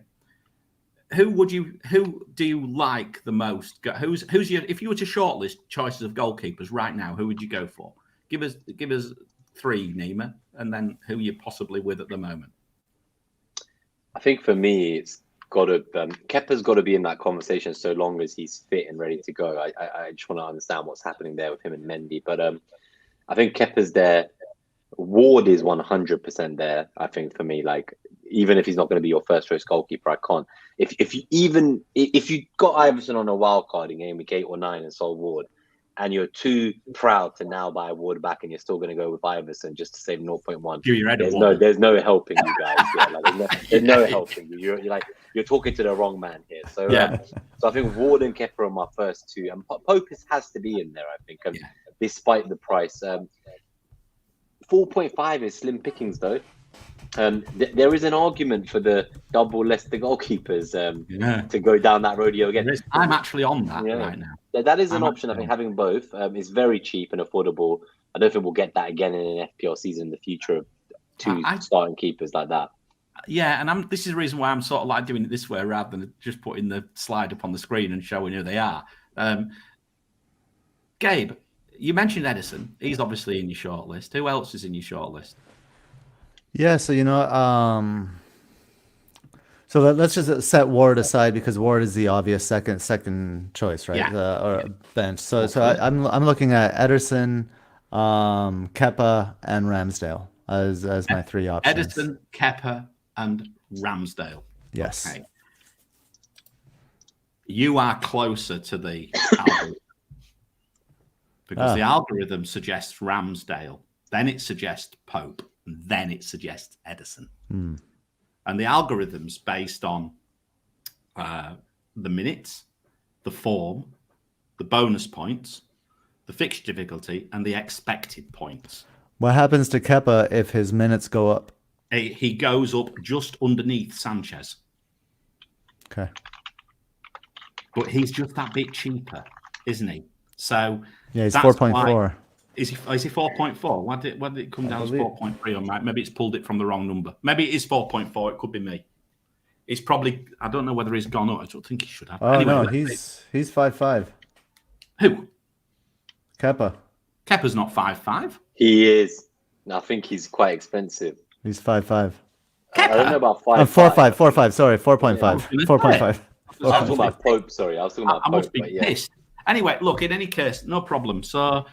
That's slightly wrong, but in any case, he drops up right close to Sanchez, and Sanchez has been in my thoughts as well, actually, to give me that Brighton cover if I'm thinking about the fixture difficulty. But for me, the challenge is Ramsdale I really like, but there's cheaper defenders, so probably White. The problem is the opportunity cost, right? So it's like it's just easier to fit that Arsenal defensive player in goal than it is in defense, because in defense you might want Dalot, might want but then again you've got to balance it off. The way I play is I always try to look for if they're not necessarily that explosive, I always try to look for the cheaper asset. Yeah, but I think Gabe makes a good point. I'd say there's two elements to this, a pro and a con. I think the pro is if you get Ramsdale, you're actually gonna get the Arsenal clean sheet points. If you get White, like I'm thinking, he's going to potentially be locked on your bench most of the weeks he gets returns if you're going to play like a free at the back. So it almost feels like you're getting a third Arsenal asset that you never actually play. Yeah, that's an interesting. So is it worth that little bit more to have the one that you're going to have every week playing? So that's that perspective. The negative perspective is Arsenal's defense are much better now. We play the highest defensive line in the league. And Ramsdale isn't making the saves he was having to make last season. So that potential of like the double digit, 6 saves and 3 bonus is kind of been lowered a bit. The ceiling is a bit lower with Ramsdale now than it used to be. So there's that element too. But I think Ramsdale's an interesting shout. He's not too expensive at 4.9. No, it's just if I'm at the moment I'm on Ward and Iverson. So at this moment in time, I've got to find nearly $1 million. To go up to Ramsdale. I can see why you're looking at Sanchez. You make a decent point. Guys. I take that on board. It's but yeah, let's keep going. Let's go to defenders. I'm going to put this on the screen this time because basically it's dominated by Arsenal and Newcastle defenders. the algorithm. Dominated. So Gabriel, Saliba, Trippier, White, Botman, Burn, all of those are really liked by the algorithm. Obviously NetxG, you can take it with a pinch of salt because you've got to have an attacking return to be able to get something out of it. You've got to have some attack. I may modify this slightly to take into account their involvement in goals. But fixture difficulties, look, Newcastle's fixture difficulty is really well liked, and that's both attack and defence combined, and then ranked between 100 being the best and 0 being the worst. So you can see that Newcastle's defensive fixture difficulty is really tasty. Arsenal's fixture difficulty is pretty tasty as well when it comes to defence, and they really stand out almost over the others.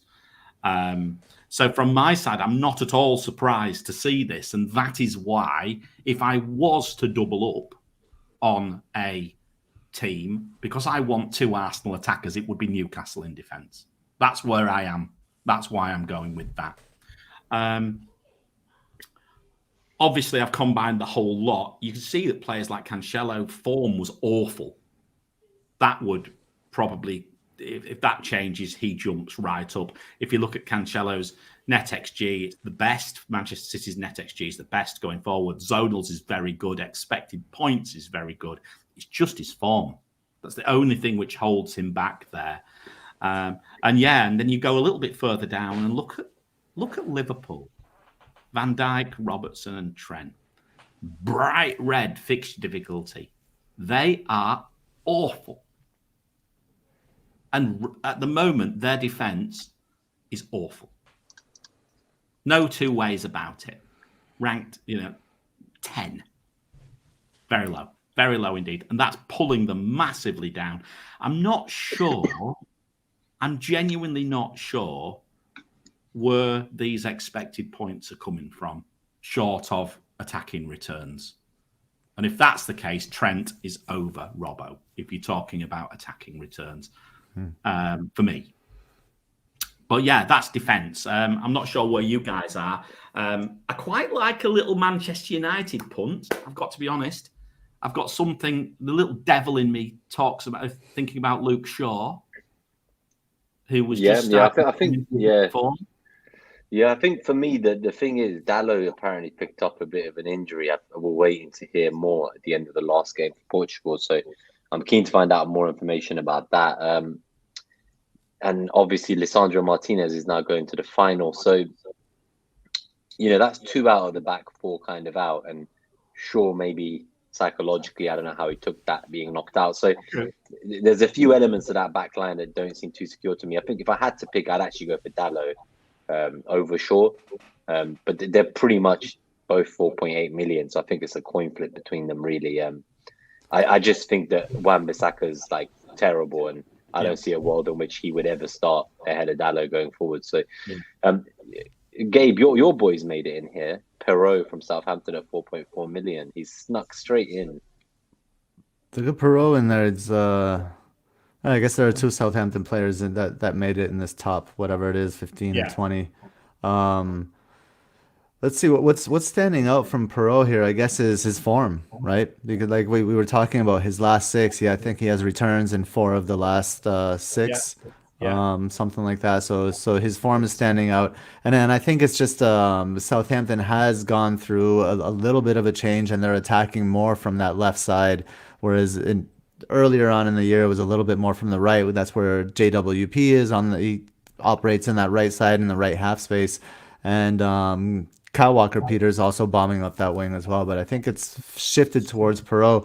I find that group of the just under 5.0 quite interesting. You can kind of lump them together and take your pick. You got Ben White at 4.7, you got Cresswell at 4.8, Shaw, Dalot 4.8, then you have the Brighton Dunk at 4.7. I think you can even throw Castagne in there. Leicester has been improved in defense, and Castagne always has an attacking return in him.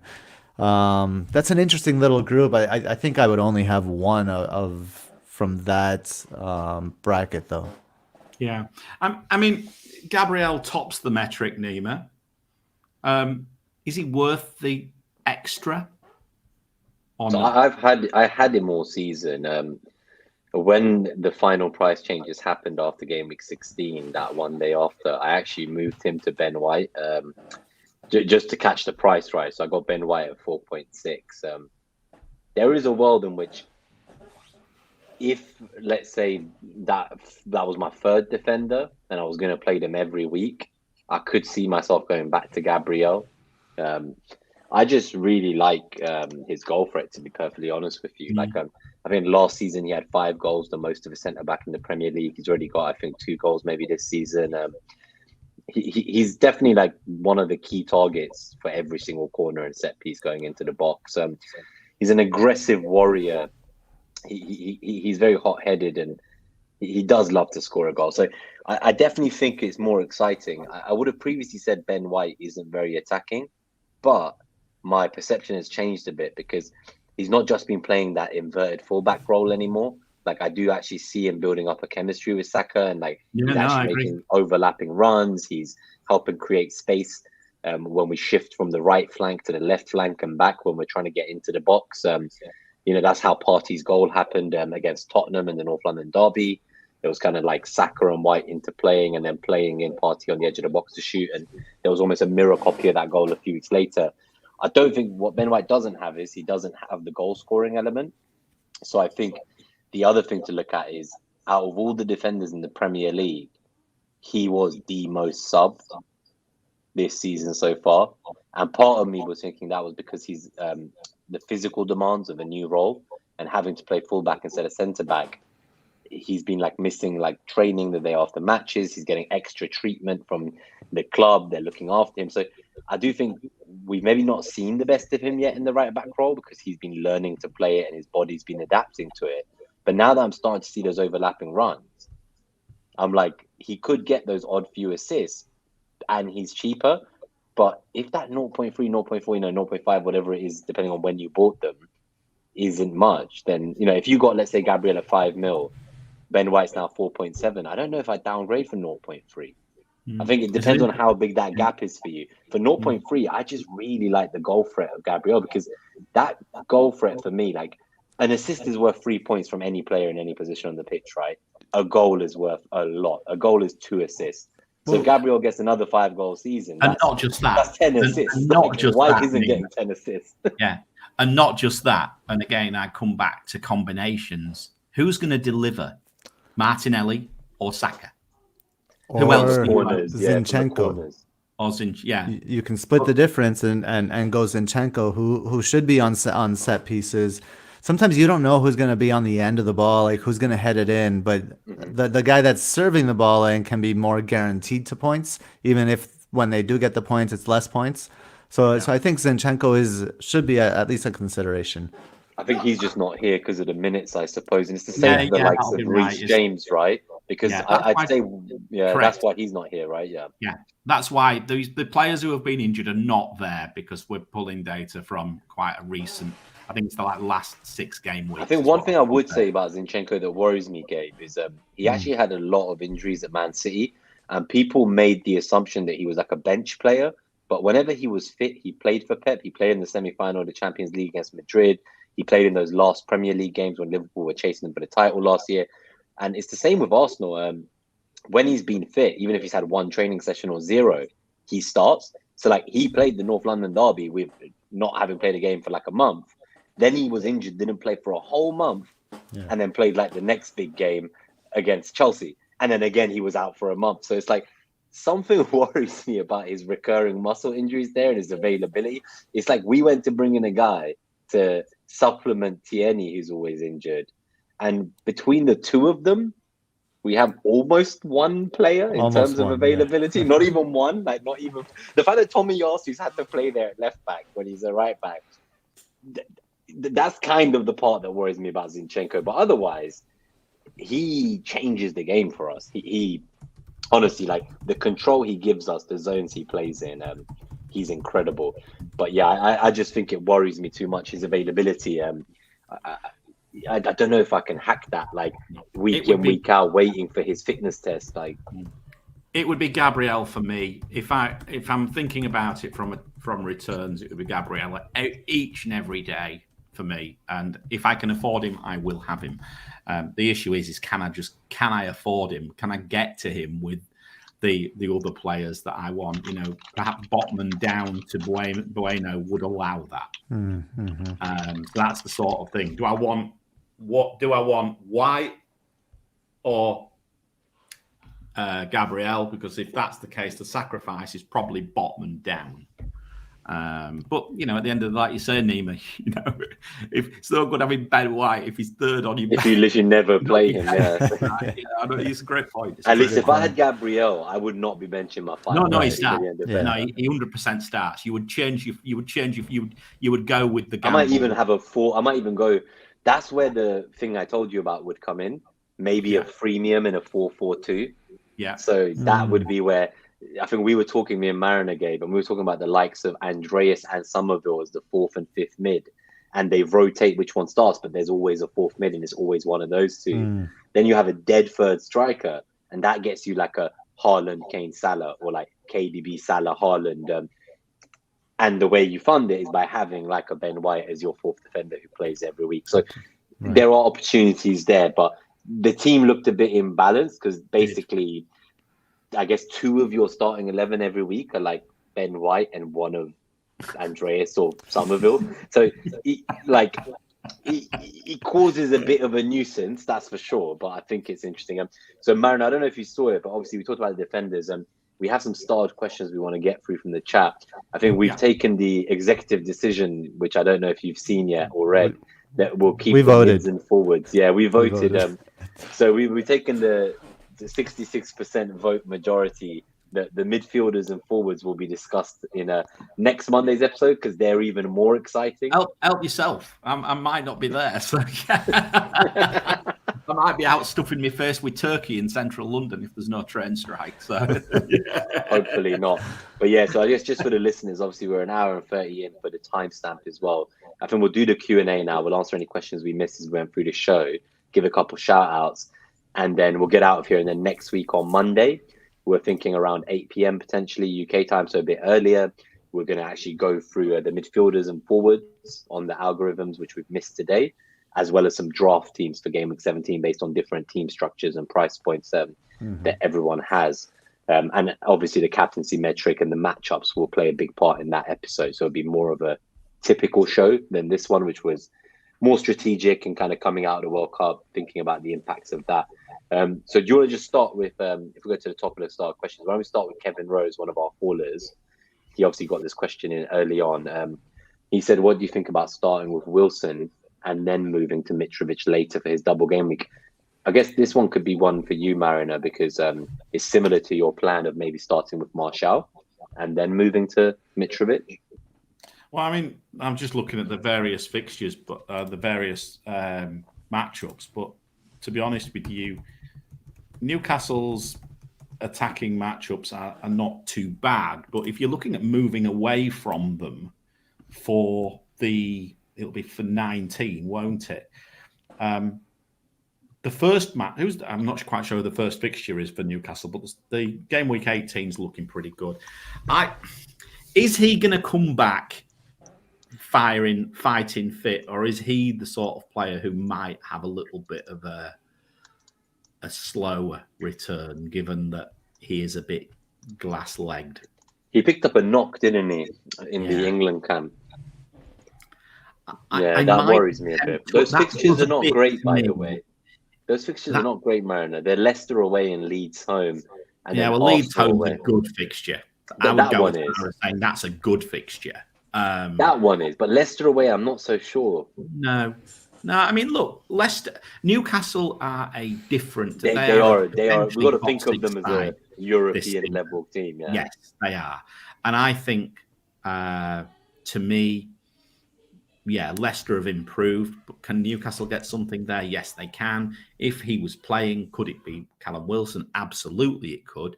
So I'm a bit on the fence here. I think I'd like to wait and hear that he's come back in good condition.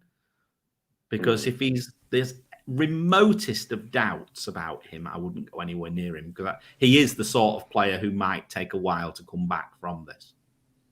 Yeah, no, it makes sense. And then one for you, Gabe. So this was from C Hunt, another one of our haulers on YouTube. Is it ever Saka over Martinelli? That's a good question. I'm pleased you've got that one. I know. I think I have a problem. I can't. Like you mentioned earlier, Nima. I cannot get rid of Martinelli. I just think that the value is like what we talk about at the beginning of the season. The gifts that FPL gives you, mispricing someone, they don't understand the role, or the role is a surprise. And I think Martinelli is one of those players. I've had him from the beginning at 6 million. I Moving away from Martinelli seems silly. I don't think like it's a drop in value immediately. And I don't think I'll have Saka on my team after restart. And I think that could be one of my biggest mistakes. Just seeing, just seeing him in the World Cup, just the way he masters his situation.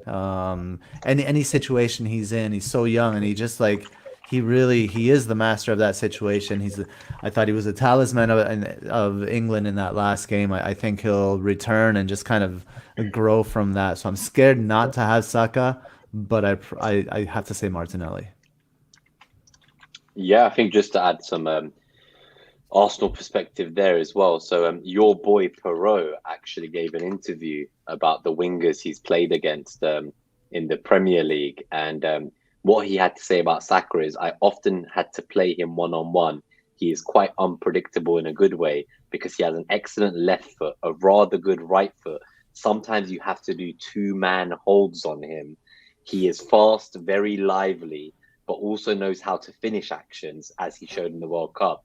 Among the right wingers of the Premier League, I place him very highly with Salah and Mahrez, and then tactically Saka is at that point. He makes a lot of defensive efforts. I think for me, I have not seen a 21-year-old player play with this wiseness and decision-making in the final third for Arsenal in years. We've had pacey wingers over the years. We've had Walcott, we've had Oxlade-Chamberlain, we've had Iwobi. We've had so many pacey wingers, and not one of them knew what to do once they got into the final third, really and truly. When I look at Saka, he looks like an old man on young shoulders. Like I just don't understand. Yeah, I think him at the next World Cup in 4 years. Yeah, I'd agree. That's so exciting. So I really want him, but I think it would have to be as well as, and then it becomes difficult because then you're losing like a Rashford or a Trossard or a Foden or even an Almiron. So that's a big decision there to make. But if you're playing the expected points game, guys, you would be going for Martinelli. Yeah, so I think I said that at the start of the season, even just based on last season's numbers.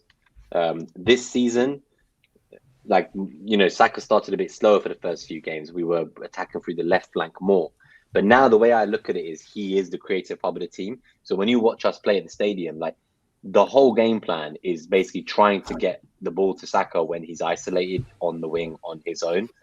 And then he will create the chance for someone else. And something I thought was really fascinating from, which apparently not a lot of wingers do well, and Gabe might know more about this, is for a winger, nearly every goal he scored is pretty much just right in the center of the box. So he's very good compared to the majority of wingers at getting into positions where he's taking high XG shots. He's not necessarily he's not struggling as much, if you see what I mean, to get into the box. All right, so it's always dangerous to get an Arsenal question at the end of the show because then Nima's gonna go off on the Arsenal. Yeah. So I think taking the piss out of him in the chat in the private chat. As exactly. Well. So to be fair, there's only I think 3 more questions I got here, so we'll quickly rattle through them. So never give up FPL.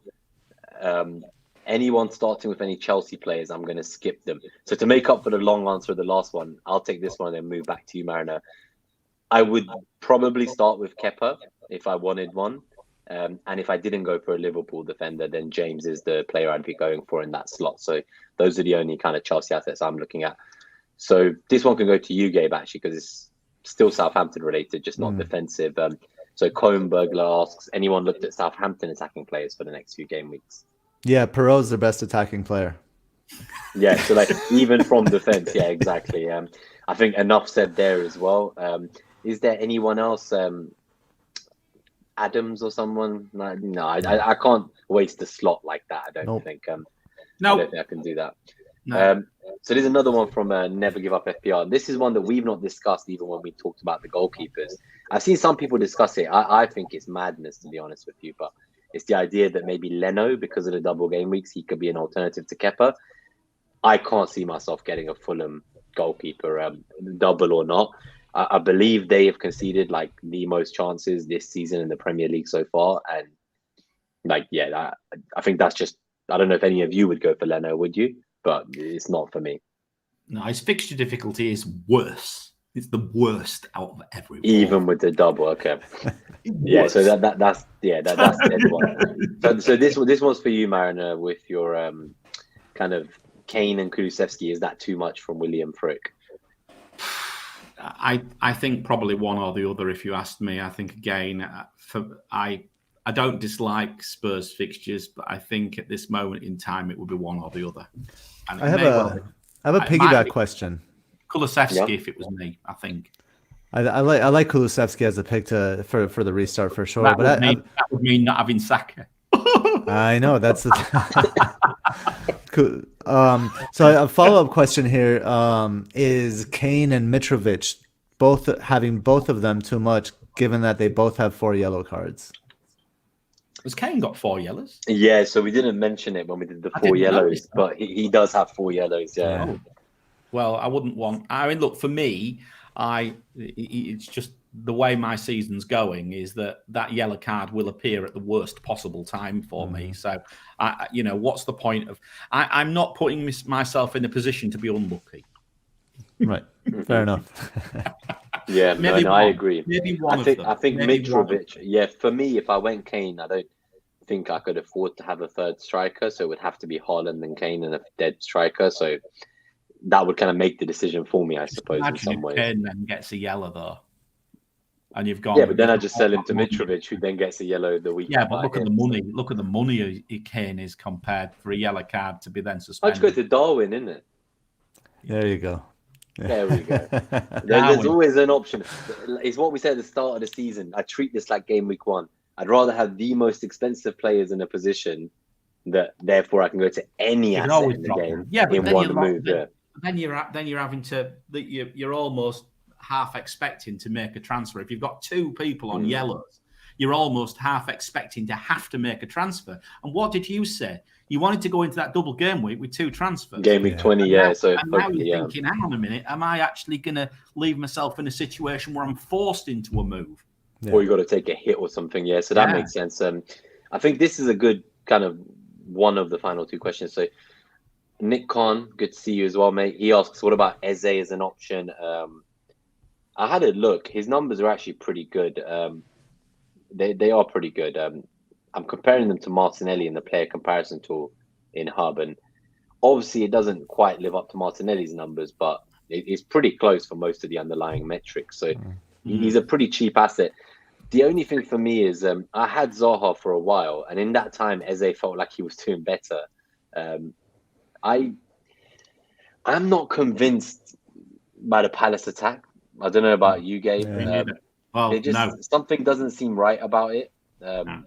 I think Eze is a great option in isolation, but with so many midfielders that were struggling to figure out how to get them in, he just feels like he'd be taking a slot from someone I would actually really want and has a much higher ceiling. And then Nick Khan as well, the follow-up final question, similar to the Chelsea question, just like if Reece James is healthy, good fixtures and double cover. I think at 5.8 million, if he is genuinely fit, it's going to be hard for me to not have Reece James over a Liverpool defender. I agree. Mm-hmm. And if you get on him early, then hopefully you get the returns before everybody else lands on him. And when we're trying to catch up a little bit, guys, then maybe it's not such a bad move. I'm just going to go back to Crystal Palace. They're a hard avoid for me, actually, attack-wise, going forwards. And that's the reason why. You see the midfield there, and you can see that Zaha halfway down, fixture difficulty 39, NetxG 25. Poor. They don't like him. That was just a quick sneak peek. You will see that next week when we also talk about Rodrigo from Leeds and Somerville as well, I'm sure. So don't worry, they will all be on the menu when we look at the game. If you go in and freeze it, you'll be able to get a sneak peek. But of course, if you're a member of Net That Haul and a hauler, then you'll get all this early because we will post all this into the Discord channel as well. So, in fact, the algorithm is actually in our shared drive, and they can actually play with it themselves. Yes, I think, and on that note, then, guys, we're an hour and 45 minutes in. If you did enjoy the episode or found it helpful, do please hit that like button. It really helps the channel. It's the first time we've plugged the like in an hour and 45 minutes. So we waited till the end just to make sure that if you're still here and you've enjoyed it, please support us. If you're listening on podcast, obviously leave a review on Apple or Spotify. That always goes a long way. And as Chris says, you can become a YouTube member or a Patreon if you're a podcast listener, and you get access to all the metrics a few days in advance before the show. It's just a way to help support the channel, cover the operating costs, and we have some plans to hopefully upgrade production as well, going into the next season and sound quality and things like that. Yeah, sound quality, graphics. Maybe we can update. Maybe we can upgrade our FPL performance as well. Yeah, I'm still hoping to fix that as quickly as possible, because soon I'll have to change like the stuff that says like join #1 FPL YouTuber, ranked 100 Mariner. I've already took it off my Twitter thing. You were like, it's too shameless to plug this. Can't have it there anymore. You're #1 in our hearts, Mariner. Thanks, mate. Yeah, you'll always be #1 in our hearts. So thank you, everyone. It's been great to come back chatting to the boys about FPL. So yeah, please come back. Get your FPL hats back on slowly as we get through the final of the World Cup next weekend, and we see how tomorrow night's game goes and who's going to join Argentina in the final.